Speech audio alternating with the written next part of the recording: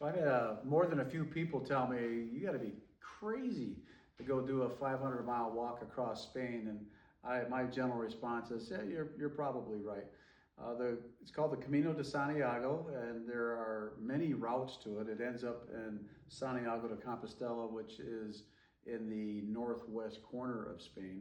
And it's a pilgrimage route, a set of pilgrimage routes that have the pilgrims have been walking for over 1,000 years.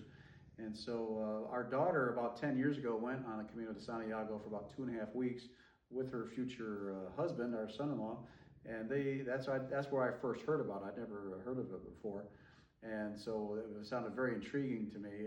And so about last summer, I felt like I don't know. I felt like the Lord said, "Hey, why don't you walk to Santiago, the Camino de Santiago?" I was like, "Okay."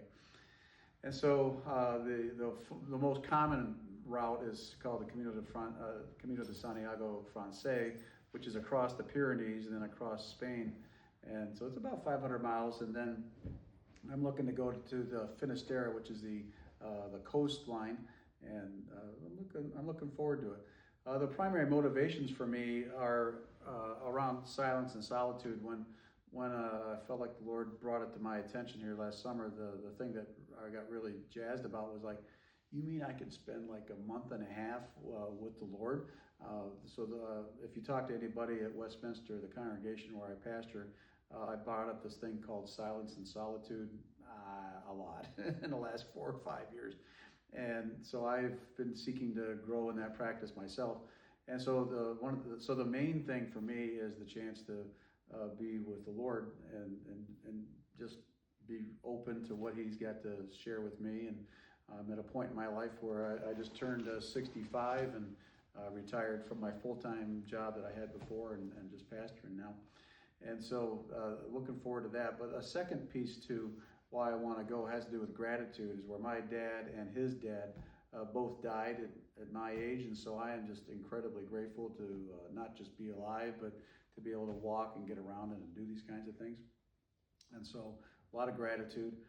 Nancy, my wife, has given me the thumbs up to go. So for that, I'm very grateful, because it's a chunk of time that I'm going to be gone. And so she's been, as always, amazing in helping me pack this crazy backpack, and these patches are super cool.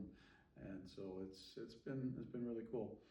And so I'm going from a place of gratitude and enjoyment. Now, another part to it is that even though I'm doing wanting silence and solitude, it's a time where you have many other pilgrims are doing it from all over the world.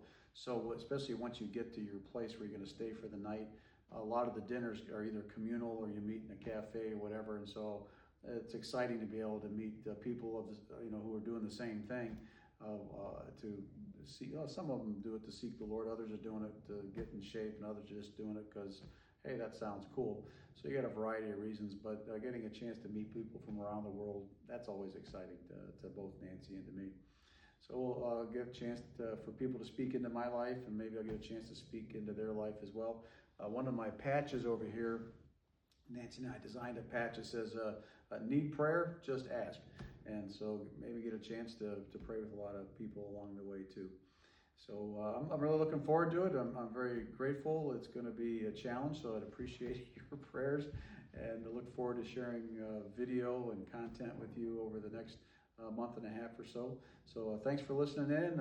Put us down as a favorite or a like or whatever, and look forward to hearing your comments as well. So thanks for joining me for this quite an adventure. So looking forward to it. Thanks. We'll talk to you later.